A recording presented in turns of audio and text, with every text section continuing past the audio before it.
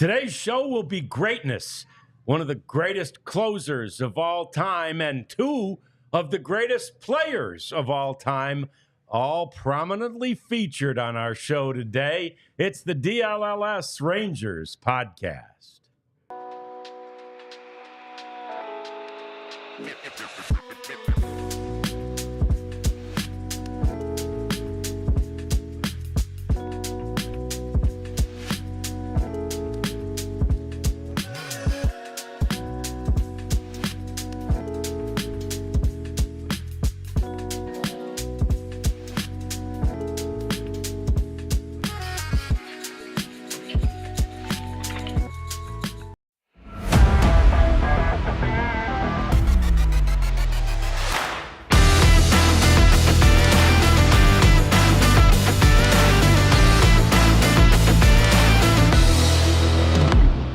The Texas Rangers have a long history of MVPs, and during the show today, we will go over that history as we talk about the MVPs that were awarded yesterday. And you saw there, Joe Nathan joins the show here in just a couple of minutes, and he is an MVP in the clubhouse. There's no doubt about that. We always enjoyed chatting with Joe, and we'll chat with him again today as we start this DLLS Rangers podcast. Rad's here with Abs and J-Dub. It's John Radigan, Abby Jones, Jeff Wilson. Over there is the Prophet, and he's had a lot to do today because there's just a lot of stuff to do on a day when we have a guest. We're thrilled to have Joe Nathan joining us, and we will get to him.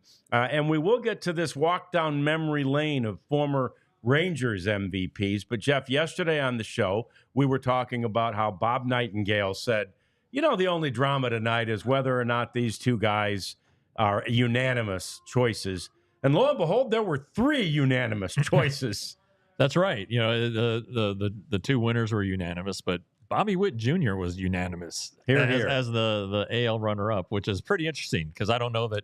No, I looked. I can't find if that has ever happened. I bet it never has, though. Yeah, I mean, it's pretty cool, I guess, but also speaks to just how good Bobby Witt was, you know, and that's what we talked about yesterday, how great a season was, kind of like Skeens and Jackson Merrill, you know. Right. Any other year, Bobby Witt probably wins the thing. Yeah. Any other year, Jackson Merrill. Yeah. You know, probably. Yeah. Right. Yeah. Right. So. I think it poses the question now that Ohtani is in the National League, are we going to see this duo at the top two in Major League Baseball for the next few years? Yeah, it's a great thought. We were mentioning it. Abby brought it up prior to the show when we were upstairs chatting, and she's like, all right, is this the Warriors and the Cavs who played in the finals every year for 5 years or whatever it was?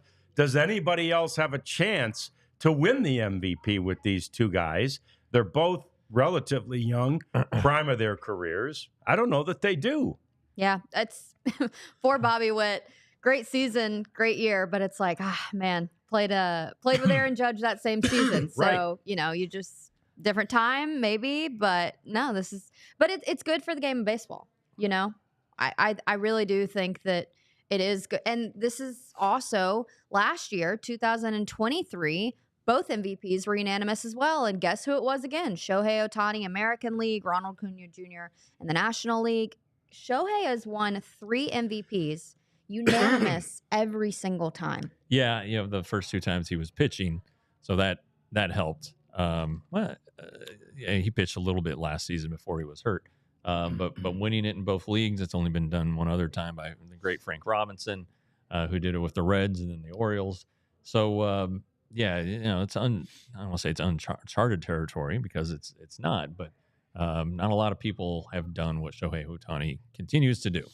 Well, and it would have been interesting if Ohtani were, and again, he wouldn't have put up the same numbers, but in this year of Aaron Judge, if Ohtani had been able somehow to put up those numbers in the American League, which again, he was there last year, who's MVP? Yeah, that's pretty good. Probably been Ohtani again, but I don't know.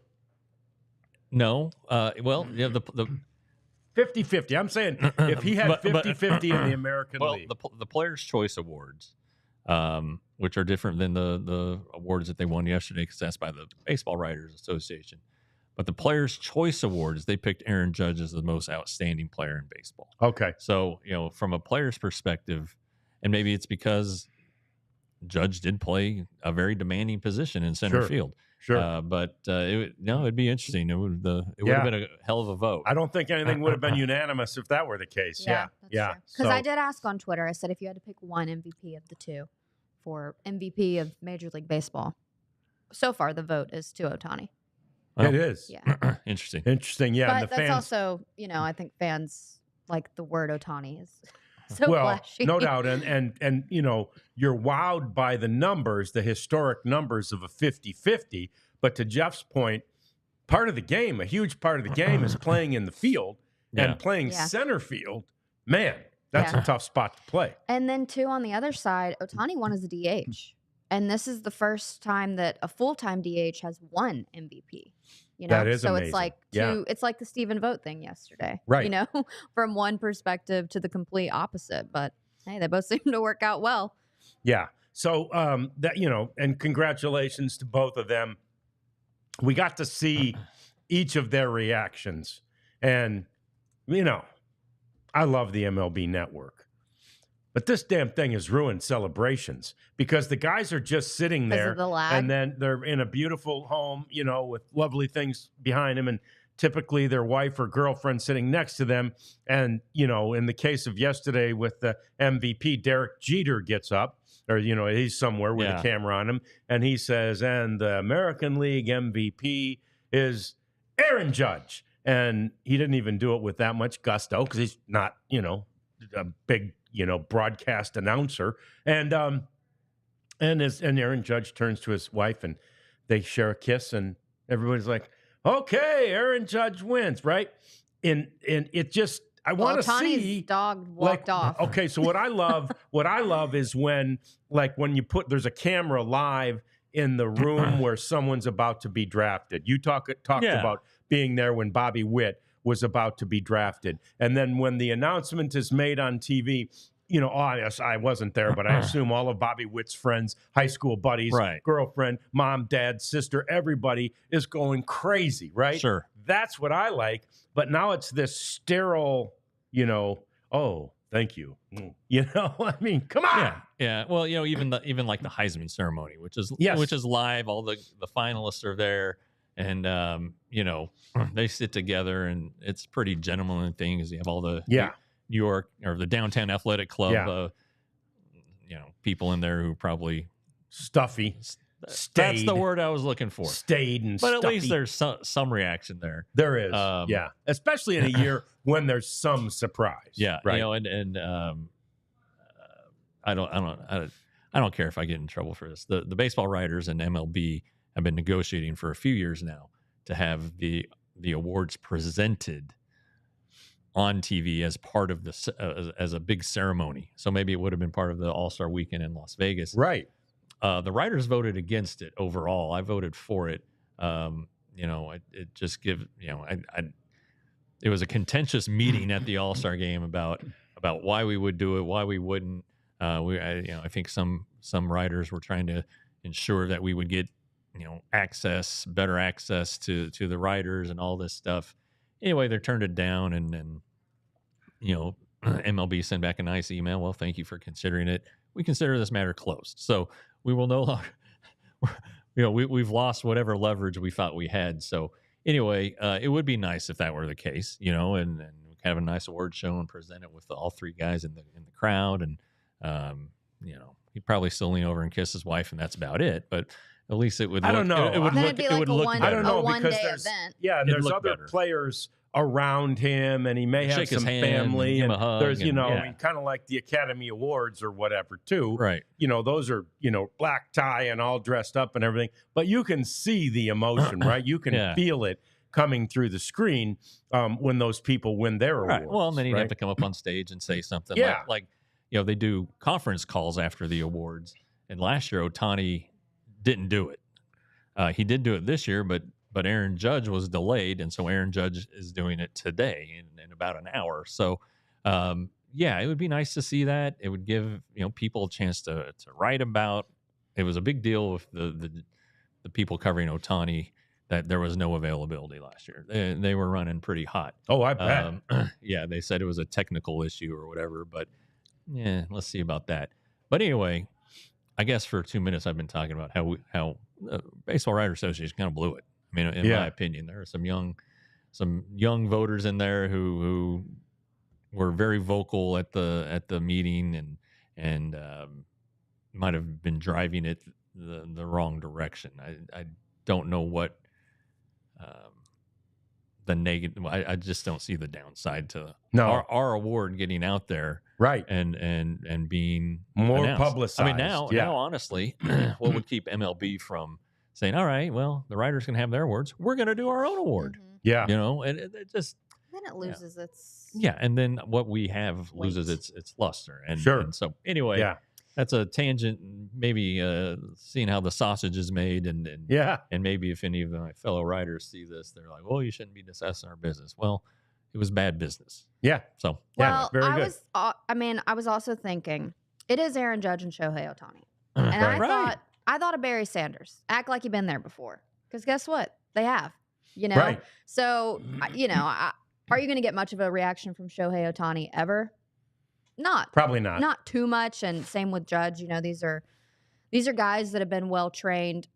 I was expecting more out of the Rookie of the Year, and we saw what we got with Paul Skeens. Yeah. So Jameis Winston was way more happier talking about snow than Paul Skeens was. Well, and Paul Skeens, this is cool.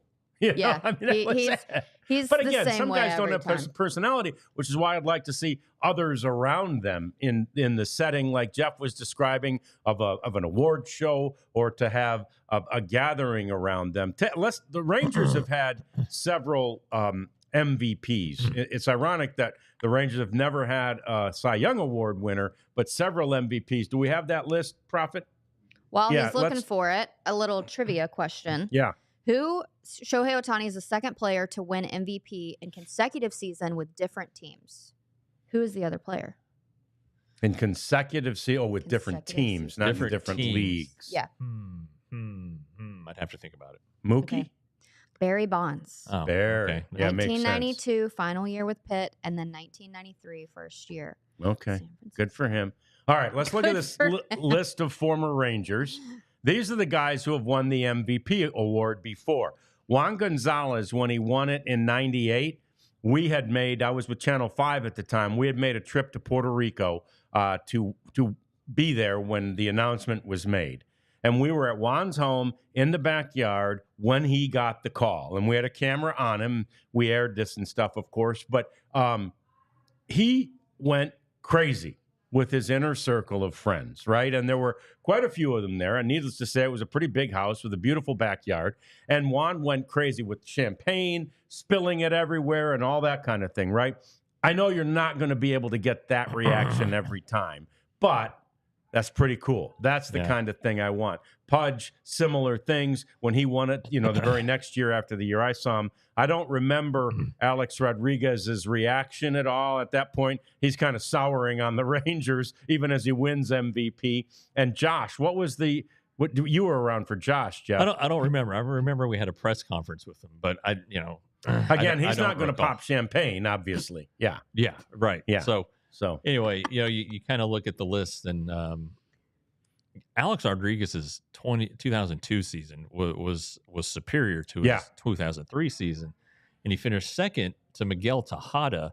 And if you just look at their two numbers, it's like how did that happen? Yeah. And really, Alfonso Soriano was better than Tejada that year, but that was the A's team that put together a big year, and if it came down probably to wins and losses, and the argument that a guy who helps a team win, the best player on the best team, so to speak, probably cost Alex Rodriguez that year, because in 2002 he had 57 homers, 142 RBI, led the league in a ton of categories. The year he wins it, 47 home runs, 118 RBIs.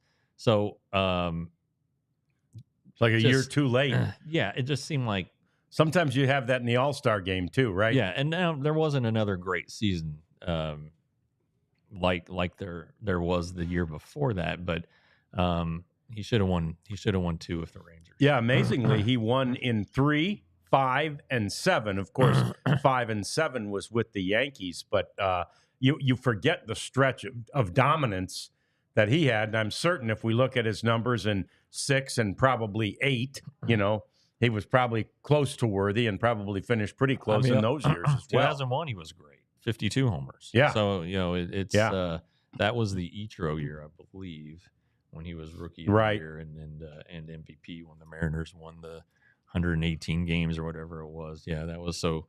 A-Rod finished sixth in 2001. Ichiro, Jason Giambi, Brett Boone, Alomar, Juan Gonzalez with the Indians, and then A-Rod. So, wow. That's I don't know. That seems a little askew to me. Yeah. But whatever. All right. That's a little MVP talk for you as we get things started on this Friday. Joe Nathan joins us in a few minutes. You saw Abs put a question in the chat. What questions do you have for Joe Nathan? Shoot them our way. We will ask him those questions when we spend the last half hour of the show with him. Batting cleanup comes next as we shuffle the batting order for a guest today. We'll get to several topics, including is Tampa actually going to play in the Trop again? We've got that story coming on the DLLS Rangers podcast.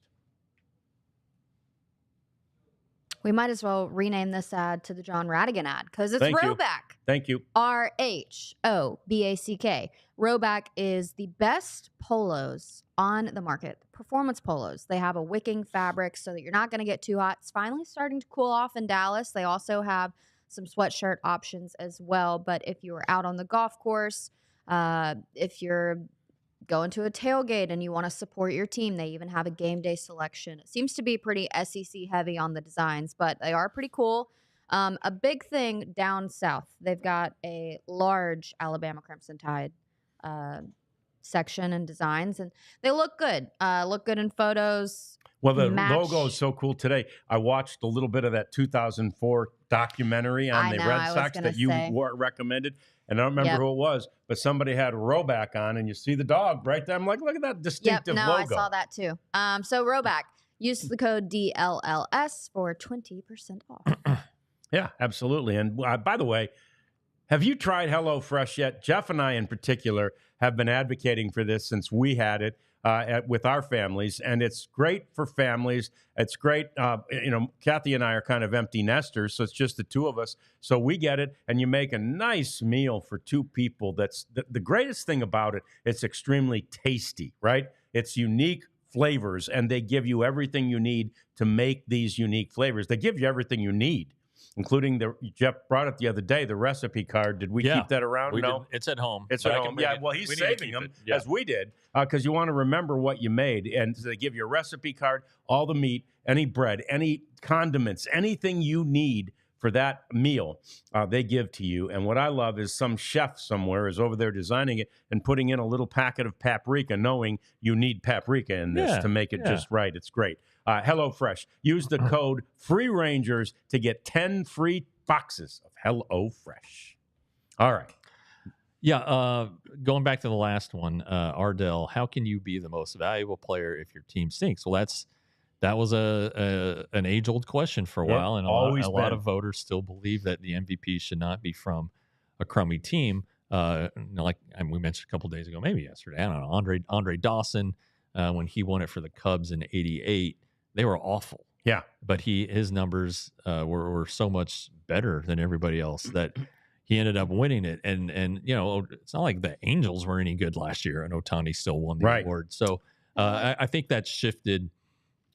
People say, well, it's not the player's fault. Right. And that's true, but if you're helping a team go to the World Series, or, just getting into playoff contention for the first time in a long time, like Corey Seager was last year, people give it to the best player. So that's kind of the argument. What does value? What does it mean does it mean best player, or does it mean the guy who helped a team achieve something that either they hadn't done for a while, or what is the goal? So Corey Seager's got an MVP in there too. You know what I mean? Like, he can put together an MVP season. Well, again, Aaron Judge may win them all for a while, but I believe Corey Seager's got that in him. Well, and I think if the vote is decided on the last, you have to have your ballots in on the last day of the regular season. So if that were different and Corey Seager, the World Series MVP, if you voted after the playoffs, then it might have been different. But Not sure. But yeah, I see your point, Ardell. Yeah, no doubt. And it's an age-old point. It is. It's been debated and argued for years and years and years. And I have always felt like the player who is great in spite of a terrible team possibly deserves it more, right? Like, you have greatness in spite of the fact that you're not surrounded by a heck of a lot of greatness. Yeah, sure. So, Yeah. You know, whatever. that's kind of the way I think about that one. But it's time to get to various other things, including the guy who finished third in the MVP voting in the American League. Look at my notes. Juan Soto. Soto saga continues. Yeah. Well, speaking of crummy teams, this is just funny. Apparently, the A's are interested in Walker Buehler. Are they? So, Poor Walker. hey, you just don't won know a if the World feeling Series. is mutual. Yeah. Yeah. No, but the Soto saga does continue. We got word that David Ortiz might have had something to say if he were to pitch to Juan Soto, why he should come to the Red Sox. Big Papi's a pretty convincing guy. Rads and I were laughing about this. Whenever you interview somebody, come here. Yeah. Does it like this, like Rads, you owe me money. Yeah. But good job, my buddy. Yeah. You know, that's just how Papi is. So he said he's going to feel like he's playing at home in the Dominican Republic, and he's going to have in his corner, he goes, his godfather, Big Papi. So Big Papi's, you know. Well, like you say, You listen to he's what a- Big Papi says, he's a because you might owe him king. some money. he's a king. He's a god in the Dominican Republic. He really Right. is. He is. Among the other baseball players and right. So, and he's obviously extremely well thought of here and in Boston and all of it. But the point is, he'll be persuasive. You know, he'll have a talk with Juan Soto. Might make that grip a little bit tighter. Yeah, he might just grab him a little tighter in the shoulder and tell him what he should do. And again, But he's like a teddy bear, which is yeah, funny. You know, again, and it's Soto. harmless. Soto is, experienced enough at this point in life and in his career to know, well, yeah, I love Papi, but, me and Scott Boras have decided that the best team for us is whichever. Yeah, right. And, Ortiz is one of 5 Dominican players in the Hall of Fame, along with Juan Marichal the first. Then it was in pretty quick succession, Pedro, Vlad Guerrero, Papi, and Beltre. And the cool thing about Adrian Beltre's deal this year is that all 4 were supposed to be there at his party the night before the induction ceremony.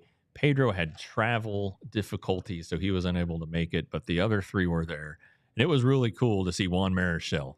I bet. At just sitting at a table. He gave a present. All 3 of them spoke, and Juan Marichal did so in terrific English. Vlad Guerrero still refuses to speak English in public, even though he can. Yeah. David Ortiz obviously is on the Fox broadcast, so he has no problem with the language, and he spoke it. And but to see Juan Marichal was like really cool. I texted TR. I was like, "Hey, Juan Marichal's here." Yeah. You and starstruck? the last A little. Yeah, the last one I covered was Pudge's in 2017. But that's the coolest thing about being there for All-Star Weekend. And I was all around the hotel where all the Hall of Famers stay. And just to see an older man sitting there, and you're kind of like, I know that's a Hall of Famer. Who is it, right? Yeah. Because as we age, and some of them seem so small. How did Juan Marichal seem? Small? Well, he's 83 now. I think so he's shrinking. He can't do the leg kick like he did back with the Giants. But at Pudge's, Nolan showed up, of course. But Johnny Bench was the big one because he and Pudge have developed a relationship. Yeah, that was great. That was so much fun. Anyway, that's a fun weekend. If you ever get a chance to go, if another Ranger, next time a Ranger goes in, even if not, make sure you avail yourself to a trip to Cooperstown. It's just awesome. All right, Tropicana Field, Abs. It just changes every day. There was a vote yesterday, I guess. Yes. St. Pete, the city council voted in a 4-3 vote to spend $23 million to start replacing the roof at Tropicana Field. Do we still have those photos, Elijah? There are photos that were revealed because for, sometime after the hurricane, nobody really knew what it looked like. Right. And I think people underestimated the damage that was actually done. But I mean, when you saw it, the first report was 55 million. Yeah. And you know, and it made sense. Because it's not just the roof. when you saw the photos. So now it's like this 23, and I'm like, oh, what do you do with the other half? And how did they come to that number? Are they just going to fix the roof Well, now? no, and possibly, maybe they voted on that, and this wasn't in the story because insurance will cover the rest. I don't know. Yeah. But I can't imagine the price changed $32 million down, right? No, well, hey, maybe they got a Black Friday deal. Yeah, It is- maybe that's it is it. around Yeah. the corner. Yeah. Well, when John Daniels was here, he spoke about the damage that was done to the offices, which are inside the building, and that they're all Zoom now for their meetings. There we go. There are some pictures. That looks like a concourse area. Maybe that's their club area on the second floor, or not the second floor. Yeah, maybe it's the press that level. looks- Yeah. That's more than 4, I think that is. $23 Yeah. million That's center worth of field damage. looking out. Yeah, that's right So near looking the toward tank. home plate. That's in right field because that's where the scoreboard is. So you get Good to know your the Wow, orange- there's a good one. Good Yeah. to know the orange is still perfect. Wait, Elijah, go back one. you get your Orange Yeah. is untouched. Oh, with the straw in there and everything. Tropicana orange. Tropicana. Yeah, so you get your wind damage obviously, but then you're gonna get flood damage. And I doubt they have any drainage in there. It's a dome for crying out loud. Yeah. It's not like they're watering the turf. Right. So that's a shame. You hope that this issue gets resolved. It's And by the way, they say no matter what, it won't be until 2026. And right now, if they get it started, they say we'll barely make it for opening day of 2026. right. Which, as fast as the Rangers built, what is now Globe Life Field, I Yeah. can't imagine you can't fix a roof in the inside of a stadium in 2 years. Yeah, but that's they are, But also though, you got to keep in mind the whole area was affected by That's this. a heck of a by point. this, Yeah. and I think that's one of the hurricane. reasons they keep delaying the vote on the bonds for a new stadium. Yeah. Of course, people are going to go, yeah, I'm going to pay for a new stadium. We don't even have a I don't roof have a over roof my over head. my head. Yeah. Yeah. Maybe You got to don't be tone deaf, right, in this. And Right. it sounds like they aren't. In Pinellas County is the county that is down in Florida. So Yeah, Pinellas County also, as Milton was coming with the storm that did it, I guess that Governor DeSantis had ordered that all city dumps be opened around the clock so that they can get damaged stuff from the previous tornado, Helene, which had just gone through. So for 24 hours, so they could just keep getting stuff off the streets because, a lot of the damage that occurs with a tornado or a hurricane is from debris Sure. flying through the air. Yeah. So he wanted to get that stuff cleaned up. And Pinellas kept closing its dump. And so DeSantis ordered it opened, and somebody had a pickup truck and just blew the gate off of it, pulled it Wow. off. Yeah. So Pinellas County is not real popular right now. no, I guess not. Yeah, come on. Did you fellas see all the Jameis Winston Yeah, that was interviews pretty funny. yesterday? I was wondering, is there a baseball equivalent for that type of interview? I don't know. Yeah, He's- I can't he's- think he's of become many. an interesting We were guy. talking upstairs. Austin Hedges comes to mind. The antics that he showed and pulled last year during the celebrations even more than post game, but post game interviews were pretty good too. I think Chafin, minus a few cuss words. Yeah. Corey Seager, no. No. I'd like to see Corey Seager watch that interview and react to it. Yeah, Think he'd laugh? Yeah, I think who wouldn't? It's very Muniori Kawasaki, who was an infielder for the Blue Jays, became a pretty famous That's right. interview. Maybe it was because some of the language there, but he was I know the Toronto media had a lot of fun with him. Yeah, I remember that too. And you're right. Some of it was because he'd get his merds wixed, if you will. Yeah. So, Yeah. Anyway. Let us know in the chat if there's a baseball player. Yeah, that you baseball think would player with live that up to Jameis kind of Winston. energy and that kind I of am emotion. so happy. Yeah, so happy just for snow. We love snow. He November, for was God's more sake. happy about snow than Paul Skeens was winning Rookie of the Year. Yeah, no doubt about it. So that's great, but we've got to move on because we've got a very special final half hour of the show. Former Rangers closer, really one of the best closers from 2004 to 2014 or 15, Joe Nathan joins the show next as we There's the continue chatting baseball on the DLLS Rangers podcast. But we do want to remind you that it's that time of year to get new floors. Do it before we get any wintry weather so that you've got the best product on the floor. We just heard this week from the weather folks around here. North Texas, as long as they've been keeping records, has never had a snowless winter. So you're bound to get some, and that always creates a mess. It melts off your shoes, and it's hard to clean up, especially off an older floor that begins to absorb things. Get a new one. Just get the new floors. It'll help you so much. Best quality, best prices, best technology. As you take your phone and you take a picture of the old ugly floor, take it to Empire Today, and they show you on your phone what any flooring option would look like in that room. It's fantastic. It's there for you. It's so available, and so make that phone call today. Call Empire Today or go to empiretoday.com. Use the code DLLS for $350 off new floors. You got a chance to, really, you could take the savings and put it into a sleeper account, or you can just get your own money into a sleeper account and win money to pay for the floors. Sleeper, it's a fun app known for fantasy football, but now they're doing daily picks. And tomorrow is Saturday, so it's a college football Saturday, and I enjoy, picking some guys. If you're a fan of the Horned Frogs and the All Horned Frogs podcast on DLS, TCU is playing Arizona. Josh Hoover, more or less than 299.5 yards. So will he throw for 300 yards or for less? Tet McMillan, the terrific Arizona receiver, will he have a TD? Will he have more than 100 receiving yards? 94.5 receiving yards. So those are just kind of the examples that I'm looking at and that you can too. So download the app and use code DLLS Rangers for a $100 first deposit match. Yeah, we're big fans, and we're big fans of our guest. Yeah, big fans of who is joining us now as we welcome to the DLLS Rangers podcast, Joe Nathan. Thanks to Abby for coordinating all of this with you, Joe, and welcome back to Texas for a few minutes. 1 second. Prophet says one. We're working on you, Joe. Stand by.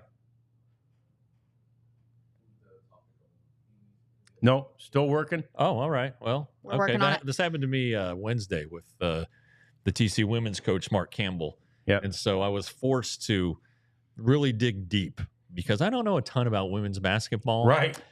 Fortunately, I had taken copious notes, and I was able to get her done. Yeah. And then he came on and dazzled with a great interview, and I'm sure Joe's going to do the same when he gets called in. But yeah, I looked.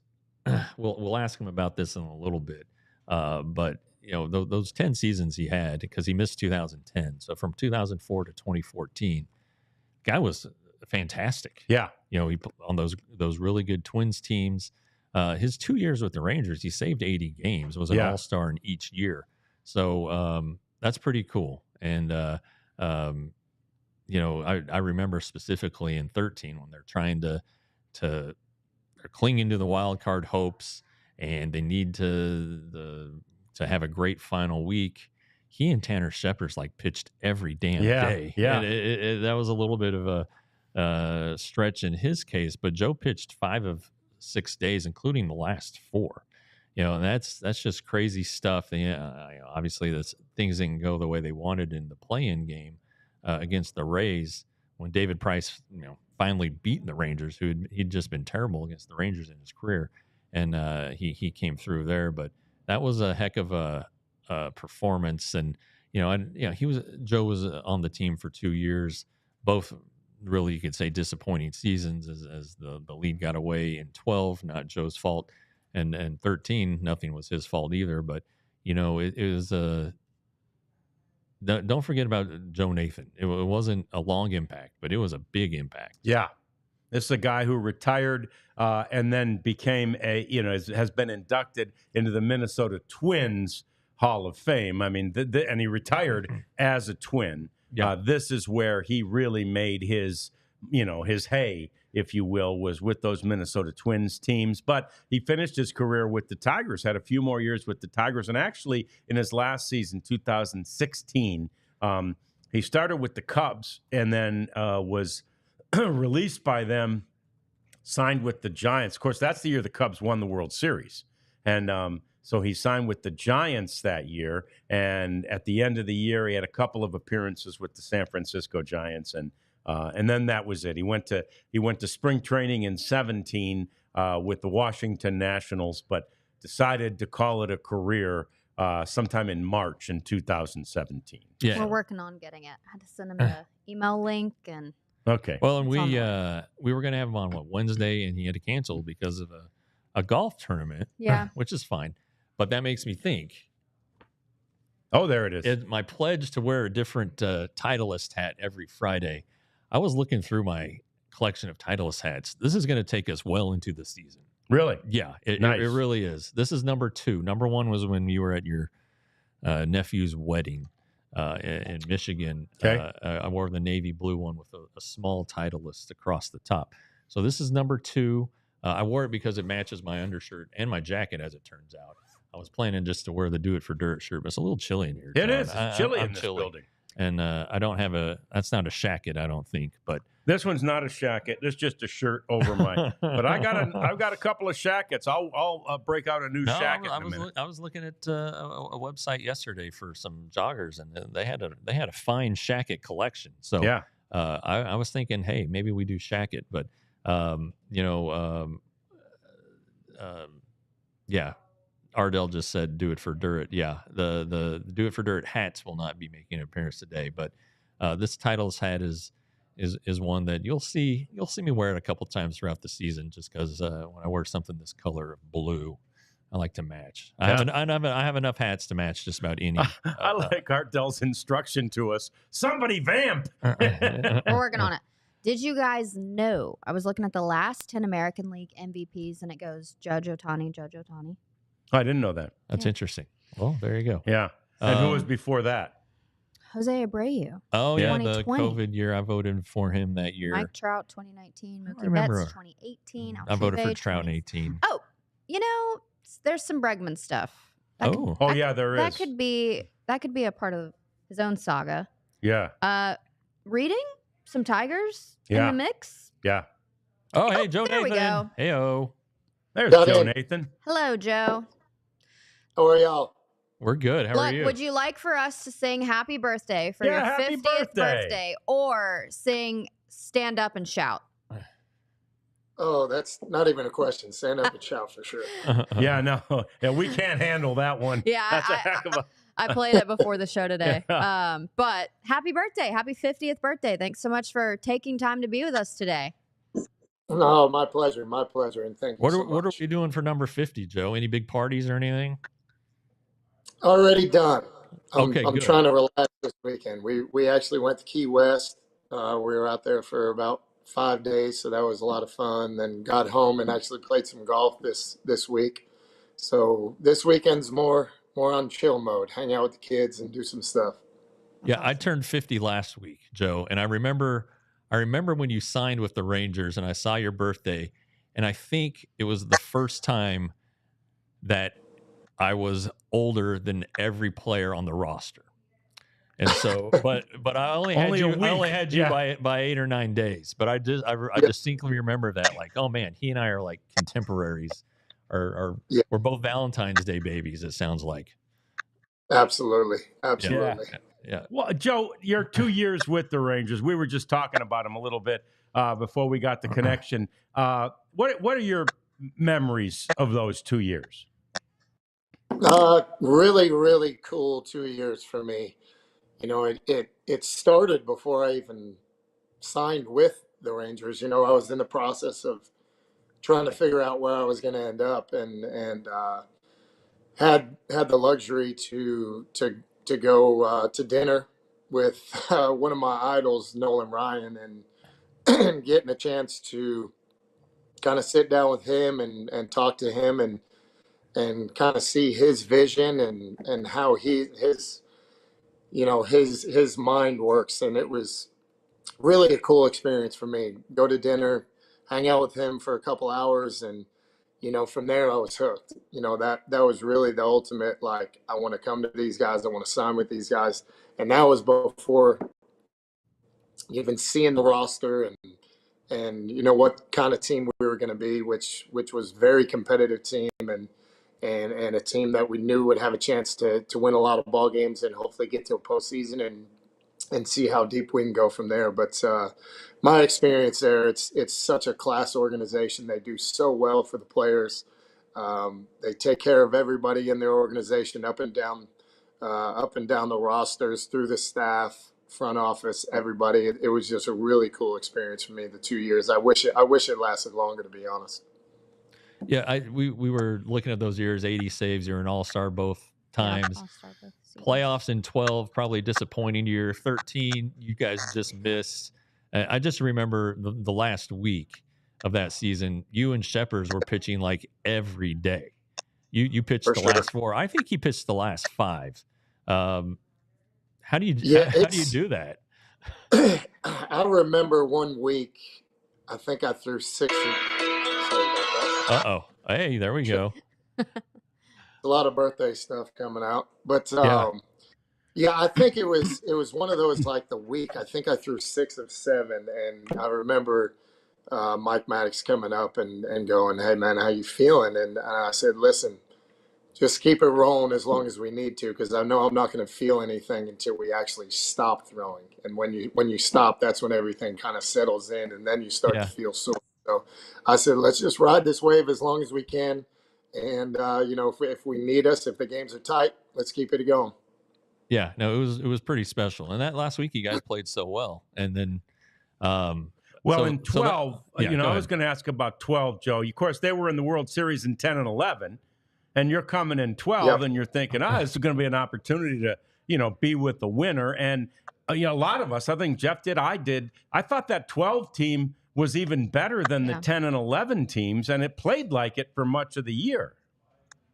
I agree. And again, it's baseball. I think you see what a team really is about throughout the regular season, and then you get to the postseason, and you're just, I don't want to say you're sitting there hoping that you're playing your best baseball, but it's one of those things that's such a short window.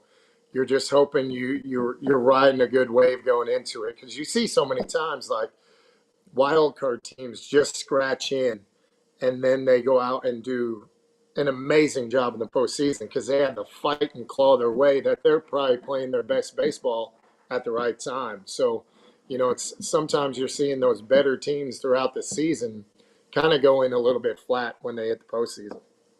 I feel like my dad would be mad if I didn't call you Mr. Nathan.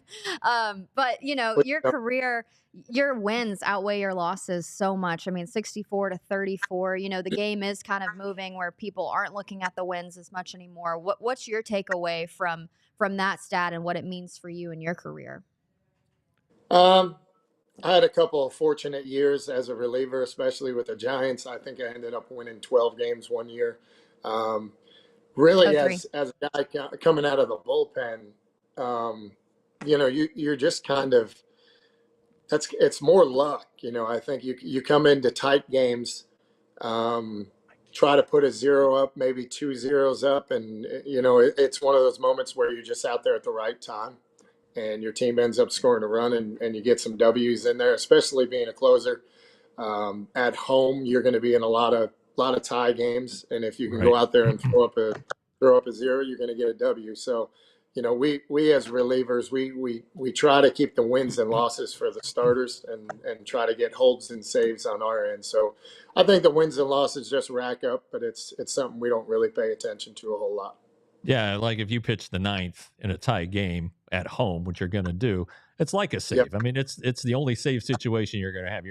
At least you're saving a tie. So if you end up winning that game, it's kind of like you got to save. Yeah. I was talking to W's are good. They're good in that sense. Yes, for sure. I was talking to my dad just about this interview and everything, and he said, "Well, we knew 2 things when Joe came out with the lead for his team. The walkout song played, Stand Up and Shout, and then you knew that the game was over. It was almost like, you hear the song and you're like, well, that's a wraps." But you've been at different positions, either starting or out of the pen. Can you just talk about that mentality shift? Because it is, the way that the game's changing these days, guys are making that move. And, the Rangers are possibly considering moving a starter to the pen and John Gray. So what is that mentality shift actually like? I learned a ton when I was with San Francisco Giants. I got to play with Tim Worrell, and he was another guy that has done it all. He's a starter, long relief guy, mop-up guy, set up, and then he got to close for us, and that's when I was setting up for him in 2003. And I got to talk to him a ton, whether it's on the plane or in the bullpen, and just listening to the way he talked about it and his mentality, it was as if he didn't change what he did as a starter going into the first inning. You're now just throwing the ninth inning or the eighth inning or whatever it is, and you're trying to get 3 quick outs and get your team back into the dugout, or in the ninth inning into the clubhouse with a W. So, I think the fact that he didn't put too much pressure and make the game bigger than it was, allow the media and allow the TVs and the fans to create that hype, and our walkout songs to create that hype. But mentally, you're going out there, you're getting 3 outs. And keep it that simple. Go out there, get that first out, make it easier for you, and go from there. Second out, third out, get off the field and do it again the next day if you can. Yeah, well, we can't wait to hear even more like that from Joe Nathan, as we've got more coming up from him, and we'll get to some of the questions you have asked. That was kind of the paraphrase of an Ardell question, but more of the questions that you have asked in the chat for Joe Nathan coming up on the DLLS Rangers podcast. First, though, we've been asked to wear the merch as often as we can. They're fixing to take pictures of us to show it off, so that when we get to those big days, Black Friday and Cyber Monday, you'll know what you're buying. And I don't know yet. I don't even think Abs does. I don't know yet what the deals are going to be, but I'll tell you this. History proves they're going to be good deals. So, They are. Yeah. Can't say much. Get the scoop. Get your opportunity. Take your opportunity when you get it at store.allcitynetwork.com. The merchandise is great. We love the designs. There are about 4 of us in here today wearing this one. This seems to be a very popular shirt among the hosts here on the All City Network. You and Clarence are matching. You and Pop are matching. Are we? Yeah. I love that. And so I'm with Chill. Clarence Hill's wearing this today. Joseph Hoyt is wearing this today. So anyway, you could wear this tomorrow if you just order it today at store.allcitynetwork.com. It's great merchandise, great products. We encourage you to get it. And if you like the shirt, then you should become a diehard, because you get one every single year. It's pretty incredible that you get one every year, because if you do the math, that's like $30 for the actual membership. And with that, you get 20% off of merchandise, 20% off of events. We're hoping to get a spring training trip in the works. We want to bring you guys along with us. It's going to be prime time with the content. I'm so excited and looking forward to that. But join diehards, like we've mentioned, all of these off-season moves that the Rangers are making. It's not going to be like breaking news, because we're kind of soft launching it on this show on a daily basis. So you can upgrade your fandom, join the diehards today, and get exclusive content from Jeff, Mark Stein, Clarence Hill, and Joseph Hoyt, and some fellas on the Stars crew. So take your fandom to the next level and become a diehard today. Yep, we encourage you to do that very much. Now then, Joe Nathan is still with us till the end of the program. I remember, Joe, you may not. You had so many experiences like this in your career. Jurickson Profar makes his debut in Cleveland, and he hits a bomb in his first at bat. And Yep. and you guys are all trying to do the water over him when I'm interviewing him on the field after the game. And Joe's over there out of Jurickson's view, but in mine, doing this. And then it all worked out. They got to dump the water on him. That night we went to Kansas City, and in the bar in KC, Joe and I had a couple of drinks together, and I had to explain to him, this is stretch in TV, Joe. This is wrap it up. Yeah, this is wrap it up. But anyway, it was fun. It's a fond memory for me, and every time I see Jurickson do well, as to this day, I remember that day, and you as well, Joe. That it actually makes me feel even older because now they're calling him a veteran. And Right. I remember that time when he's 19 years old coming up, and what a cool moment for him that was. So I mean, yeah, I remember that clear as day. That's I'm so glad you brought that up and remember that, because it was a pretty cool moment for myself to see the joy in his eyes. And now, like I said, now he's a veteran, so it makes us feel a little bit older, though. Yeah, no doubt about that. Hey, Yeah. Joe, Emmanuel Clase was in the Cy Young talk this year, finished third, terrific season. Abby's dad said that closers should not win the Cy Young award. I wonder what your thoughts are on that, and if not, should there be a separate award for closers? Yeah, I think I'm in agreement with that. I don't think the relievers should win a Cy Young. With that said, I would say if there's a year that there's really no standout starter and a guy has a year like Clase did, why not? But at the same time, I think there should be two separate awards. It's really two different jobs. Mm-hmm. I'm in agreement with Todd on this one where, there's always going to be a starter that's going to have a year that they deserve to win the Cy Young. And there's always going to be a closer in that same category that should have an award for him. So the year Clase had, it's mind-blowing what he did. So, for him to finish third in Cy Young is incredible. That just shows you what type of year he had in that position. I think people still downplay the position, saying it's only one inning. Until you've been out there and try to get 3 outs in that inning, you never can say it's just 3 outs, because it's one of the most just challenging positions mentally, physically throughout the year. Every time you're out there, the game's on the line. So there's never, the non-stressful pitches they talk about, that doesn't exist when you're pitching in the 9th inning. Yeah, and you finished 4th one year in 2004, I think, and 5th in 2006. Did you, during those years and at the end of the year especially, were you thinking you had a chance to win the Cy Young, or was even being that high in the voting a surprise to you? How did that play out? Never once did I think I was going to win. Yeah. Yeah. No, even with those years, to be honest, I never even thought about it. I never thought about it until somebody said, "Hey, you finished 4th in Cy Young." I'm like, seriously?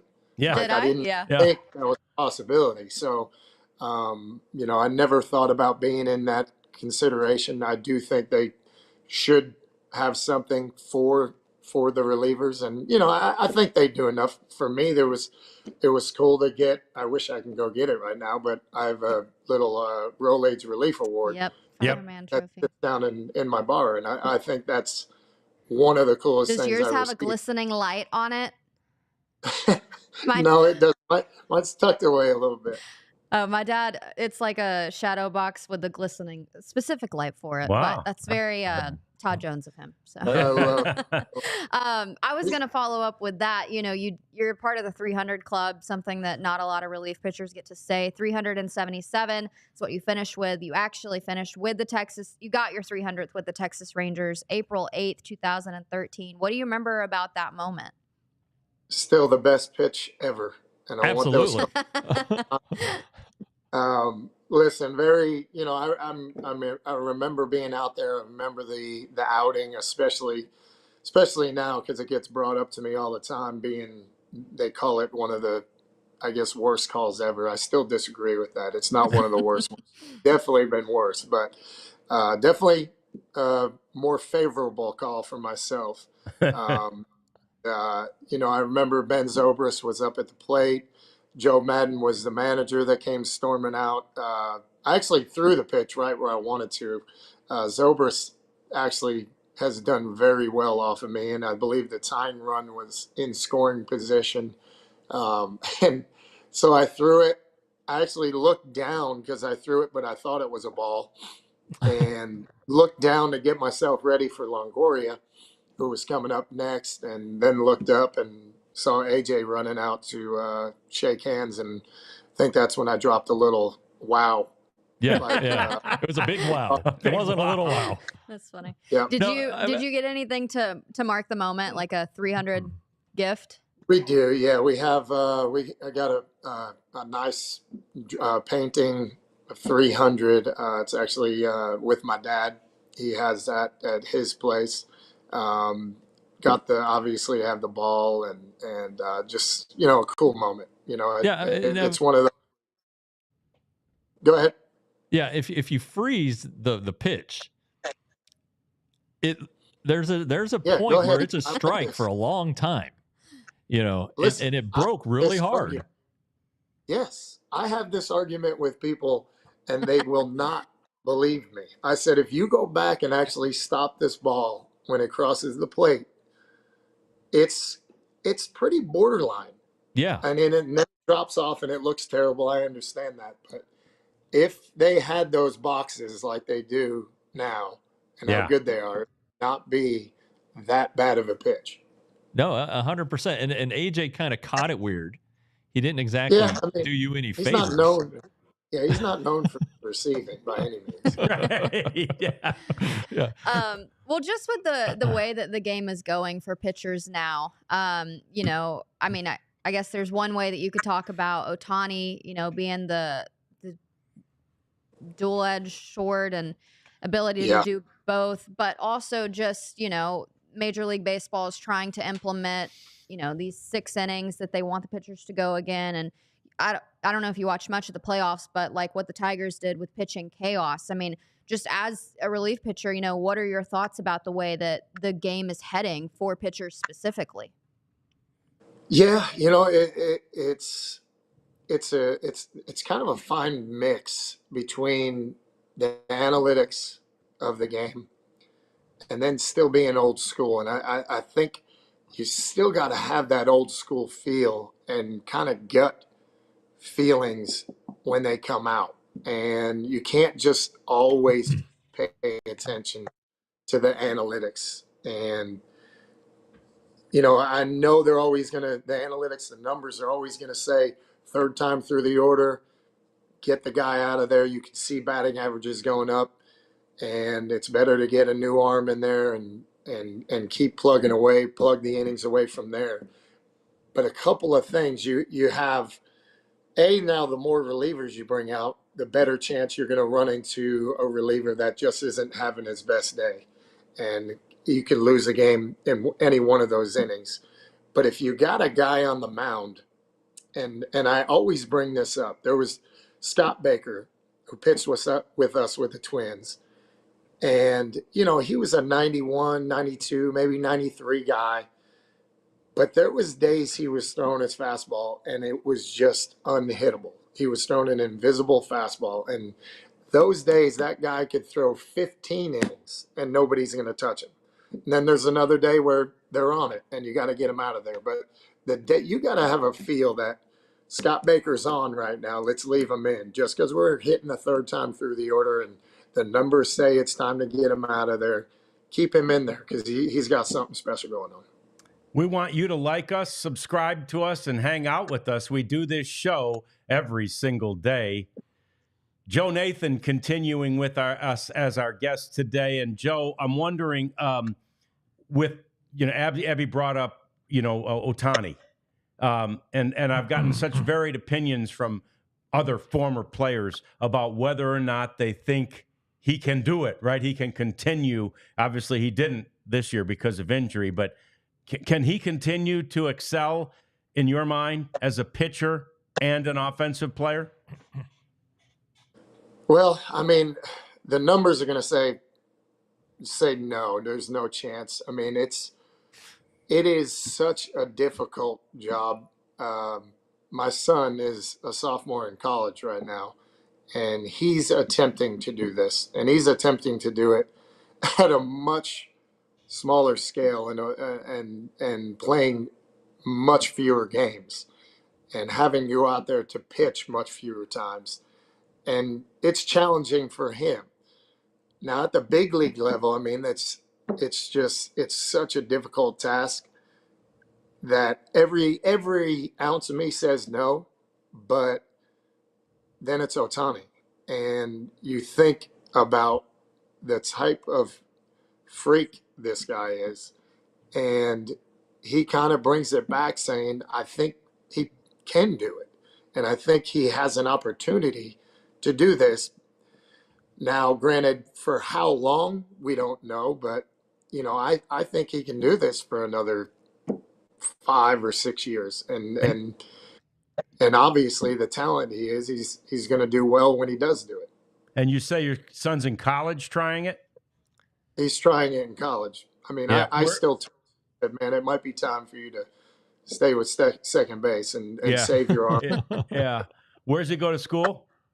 So he goes to a school out here in Tennessee. It's called Carson Newman University. It's a D2 program in the SAC sure. conference. Great school. I'm a little surprised though that you couldn't talk him into Stony Brook. We actually went up there for a visit. Good. And he checked it out, and he actually loved the school. He loved everything about the university, except for it being in the Northeast. He wanted to be south, and so he stayed down here and liked he loves where he's at right now. Yeah, that's fantastic. There was a guy on the Rangers this year. I don't know if you had a chance to see him at all. Walt Pennington. He's another one that made me think of you. He came to the big league baseball from the Colorado School of Mines, and he was the first player from the Colorado School of Mines to make it to the big leagues, as you were the first player from Stony Brook to make it to the big leagues. Yes, and now we have Jankowski. That's right. That's right. Well, yeah. And then dadgummit, the bullpen catcher, the catcher who went to Stony Brook. Pat Cantwell. Pat Cantwell. Yep. Yeah. So there's some. Stony Brook is a much bigger program than the Colorado School of Mines. Yeah, absolutely. All right. Yeah, absolutely. Yeah. So, well, anybody else? We go with Joe. We appreciate you so much. Yeah, we don't want to take too much of the birthday boy's time. Right. Exactly. Yeah, we appreciate you joining us. Yeah, so fun to chat with you again.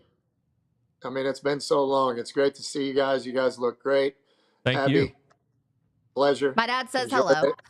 I love your dad. He was always my favorite. When they came to town, we had such good conversations out in the outfield during batting practice. That's awesome. He's one of my favorites. That's awesome. Awesome. Thank you so much for joining. Happy birthday. Thanks for joining us. You. And we'll try to do it again sometime. We appreciate you very much. Wow. I knew today was going to be special, and then it turned out really special. That was really fun. That was fun. You know, he was always a great talker. And there are a lot of questions I could ask him. Good save, bad save, the crazy strike after 300. He was always at his locker. Yeah. And I talk about that a lot, about just being accountable. It's not just it's for your teammates. You're doing it for your teammates, but the closer is like a cornerback, who gets burned, or you're kind of on an island. It's the kicker who misses the right. It's your deal. The game is in your hands, and he did it so well. I also wanted to ask him about the Hall of Fame. We'll save some questions for him for next time, because there are 8 closers in the Hall of Fame. He fell off the ballot after his only year on it. But if you look at his numbers, especially as John, as you were saying, his conversion rate is the best in baseball history. An underrepresented group for sure, and that goes back to our Billy Wagner talk of a few days ago, and when the ballot came out, and I should be getting my ballot in the mail within the next week or two. I think Joe's got a case for a veterans committee, a second look at a veterans committee, especially as the game continues to emphasize the bullpens. The closer is a manufactured job. Yep. Baseball created the job, kind of like it created the DH. Actually, the DH kind of started before a closer because you'd have guys who would close out games, but like a Mike Marshall who would pitch 2 or 3 innings, Raleigh Fingers 2 or 3 innings. I don't know if they weren't specifically called closers at the time. You know, they were relief Hoyt Wilhelm, pitchers. you know, for crying out loud. John Hiller, they were relief pitchers. Yeah, right. And so, kind of like DH is underrepresented in the Hall of Fame. So is closer, and Joe has a hell of a case, really. Beautiful. Yep. It is. Well, he played with Abby's dad on Team USA, right? Team USA. And then they, 2006. like he said, they saw each other a lot as opponents on other teams. So really cool. And we appreciate Todd's help and Abby's help in getting us a great guest with great Ranger ties for us today. Sure. Nice way to close out the week. We appreciate you being here with us all week. Monday, Tuesday, Wednesday next week, we're here at noon.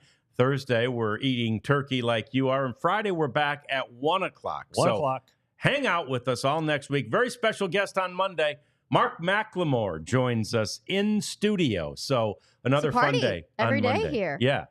We're good times. Oh, yeah. Next week's a week full of parties, and you'll want to be here and be a part of it. Thanks for joining us today. We'll see you Monday on another edition of the DLLS Rangers Podcast. We all silly like the mayor.